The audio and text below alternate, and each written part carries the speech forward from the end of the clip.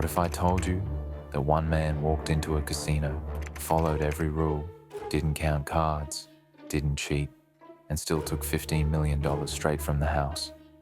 In a world where casinos are designed to always win, how did a quiet man in a hoodie turn Blackjack into a guaranteed money machine? And why didn't anyone stop him? In April 2011, an unprecedented event occurred at the Tropicana Casino in Atlantic City that challenged long-standing assumptions about casino gambling and the mathematical certainty of the house advantage. Over the course of a single 12-hour blackjack session, a quiet, unassuming man dressed in a hoodie wagered $100,000 per hand and walked away with a net profit of $5.8 million. This was not the result of cheating, card counting, or illegal manipulation. Instead, it was the culmination of a carefully engineered strategy rooted in probability theory, contractual negotiation, and a profound understanding of casino economics. The man responsible for this historic outcome was Don Johnson, a professional gambler and gaming expert who would go on to win approximately $15 million from 3 Atlantic City casinos within 6 months, all through legal means. At first glance, Johnson's success appeared inexplicable. Casino surveillance teams scrutinized hours of footage, pit bosses monitored every decision, and game protection specialists searched for signs of advantage play. Yet no violations were detected. Johnson did not alter his betting patterns irrationally, did not track cards, and did not exploit mechanical weaknesses. He played flawless basic blackjack strategy and adhered strictly to the rules established by the casinos themselves. The real story behind his winnings lies not in luck, but in a convergence of economic desperation, flawed incentive structures, and a critical miscalculation by casino management. To fully understand how Johnson achieved this feat, it is essential to examine the economic context of Atlantic City in the years leading up to 2011.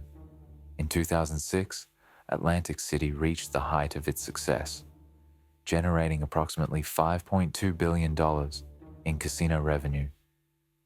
The city thrived as a premier gambling destination on the East Coast, drawing visitors from New York, Pennsylvania, and beyond. Casinos were crowded, high rollers were abundant, and profit margins were strong. However, this prosperity was short-lived. The global financial crisis of 2008 dealt a devastating blow to discretionary spending.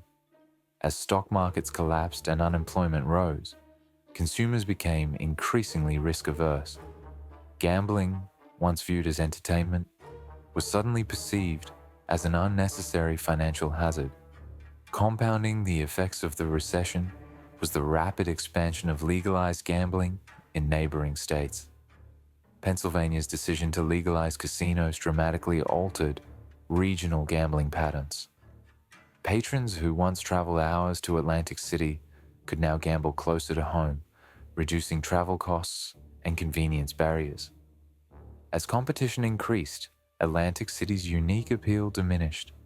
By 2010, casino revenues had plummeted to approximately $3.3 billion, representing a decline of nearly $2 billion in just 4 years. Several casinos closed entirely, while others laid off staff, reduced amenities, and implemented aggressive cost-cutting measures. Despite these efforts, cost reductions failed to solve the underlying problem: declining customer traffic, particularly among high-stakes gamblers known as whales. These individuals, capable of wagering hundreds of thousands of dollars per hand, were essential to casino profitability. As high rollers gained access to alternative destinations such as Las Vegas, Macau, regional casinos, and online platforms, Atlantic City casinos were forced to compete more aggressively for their business. Traditional incentives, luxury suites, free meals, private transportation, and exclusive entertainment were no longer sufficient. Casinos needed more compelling offers to attract and retain elite players. It was within this atmosphere of desperation that casinos began experimenting with loss rebate programs. A loss rebate is a promotional incentive in which a casino agrees to refund a percentage of a player's losses once those losses exceed a predetermined threshold.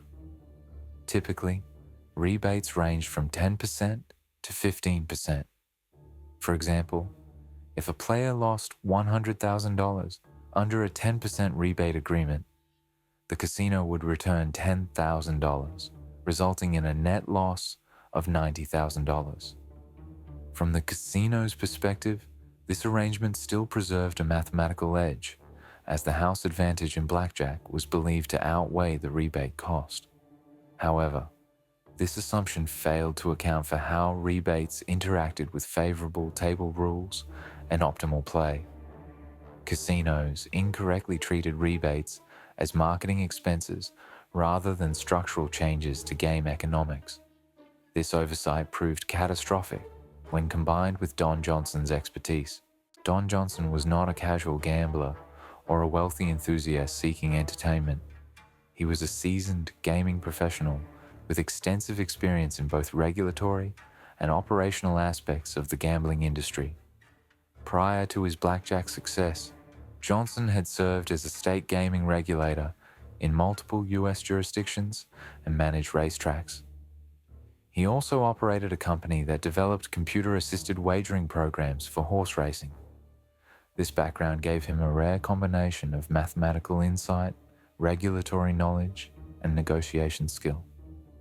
In late 2010, Johnson began receiving calls from Atlantic City casinos, eager to secure his patronage. Tropicana, Borgata, and Caesars each offered exclusive high roller arrangements, including significant loss rebates and high betting limits. Rather than accepting any single offer, Johnson carefully documented each proposal and refrained from committing.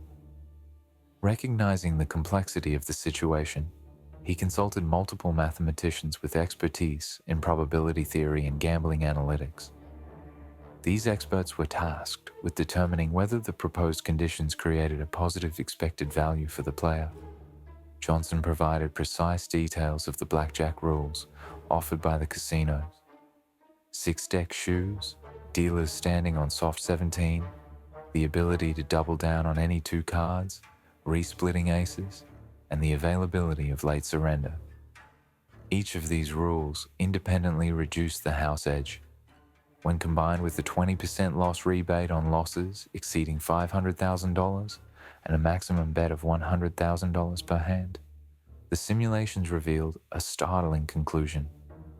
The traditional house advantage was not merely neutralized, it was reversed. Under optimal conditions, Johnson held a consistent mathematical edge over the casino. The mathematicians estimated that Johnson could expect to earn approximately $175,000 per day through disciplined play. Crucially, this advantage depended on strict session management. Johnson needed to stop playing once he reached predetermined win or loss limits to prevent variance from eroding his edge. The strategy required patience, restraint, and precise execution. Johnson also recognized the importance of securing identical agreements from all 3 casinos. If only one casino agreed, his total potential profit would be limited. If 2 agreed, the risk of exposure increased. Only by securing all 3 contracts could he maximize profit while minimizing the risk of being blacklisted. Timing was critical, as casinos frequently shared information about high-stakes players. During negotiations, Johnson employed deliberate misdirection. He dressed casually, avoided ostentatious displays of wealth, and projected the image of a typical gambler rather than a calculated strategist. He requested specific rule changes such as dealers standing on soft 17 and the ability to resplit aces that casinos viewed as minor concessions. Individually, these changes seemed insignificant. Collectively, they played a crucial role in eliminating the house edge. Johnson also negotiated that loss rebates apply on a per-session basis rather than per trip or per month, allowing him to reset his risk repeatedly. All three casinos agreed to his terms. In at least one case, Johnson also secured guaranteed show-up money, reportedly receiving $50,000 simply for appearing to play. With contracts finalized and front money deposited, Johnson began executing his strategy in December 2010. His early sessions were intentionally modest. At Caesars, Johnson played until he was either up or down $500,000, then stopped immediately. Early wins were substantial, but not alarming by high roller standards. Over time, he rotated between Caesars and Borgata, winning millions while occasionally accepting controlled losses. These losses were strategically valuable, as they reinforced the perception that Johnson was an ordinary gambler, subject to normal variance. By March 2011, casino management grew uneasy. Surveillance teams intensified monitoring, but found no evidence of wrongdoing. Johnson played flawless basic strategy and followed the rules meticulously. Contracts prevented casinos from unilaterally ending his play. With no legal justification to intervene, casinos continued honoring the agreements. The culmination of Johnson's strategy occurred in April 2011 at the Tropicana Casino. Beginning at 10 a.m., Johnson played continuously for 12 hours, wagering $100,000 per hand. As his winnings mounted, crowds gathered, and casino executives monitored the situation with growing alarm. Attempts to persuade him to take breaks were politely declined. By the end of the session, Johnson's profit reached $5.8 million, capped by a dramatic final hand involving split eights and double downs that resulted in a $400,000 win. The aftermath was immediate and severe. Casino executives contacted one another and discovered the full extent of Johnson's winnings across all three properties, totaling approximately $15 million. Legal teams explored potential lawsuits, arguing that Johnson had exploited the system unfairly. However, investigations by the New Jersey Division of Gaming Enforcement concluded that Johnson had acted entirely within the law. He neither cheated nor violated any gaming regulations. Ultimately, no lawsuits were filed. The contracts were legally binding, and the casinos had no grounds for recovery. In response, Atlantic City casinos immediately eliminated high-percentage loss rebates and imposed permanent caps on future programs. Johnson was banned from major casinos worldwide, not for misconduct, but for demonstrating that the house edge could be reversed. Don Johnson's success represents a rare and instructive case in which a player defeated casinos not through deception or luck, but through superior understanding of mathematics, incentives, and negotiation.